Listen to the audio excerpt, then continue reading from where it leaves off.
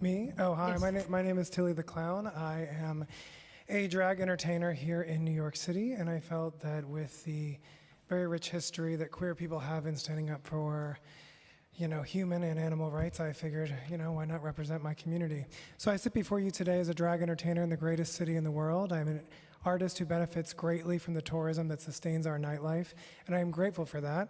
And there's a glaring archaic contradiction in our city. When I left my city of Philadelphia 14 years ago, I was trying to find the next step up. I never thought that Philadelphia would end up being better than us.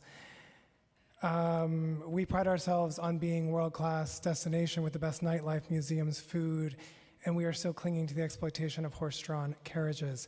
This is not a matter of commerce, it is a matter of biology. A giant prey animal is not built to thrive in New York's overstimulating concrete environment.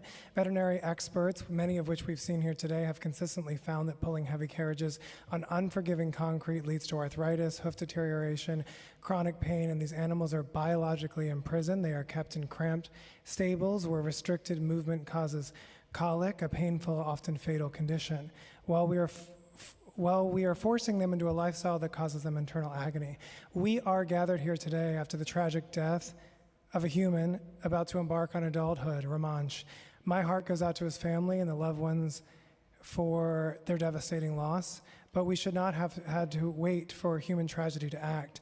This has been a systemic failure for over a decade. We have seen evidence in our streets for years, from Tickles back in 2015, who was euthanized after a fracture because he was no longer a profitable product, to a more recent collapse of Ryder, who this bill was prior named after.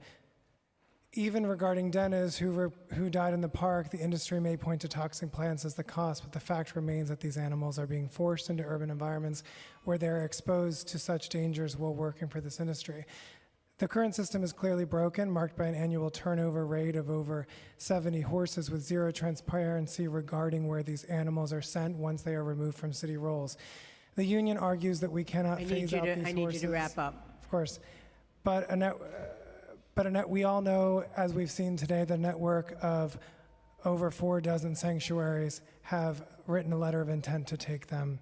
Cities across the globe, from Philadelphia, Chicago, Salt Lake City, to London, Beijing, Barcelona, and Montreal, have all put this terrible practice behind them. All right.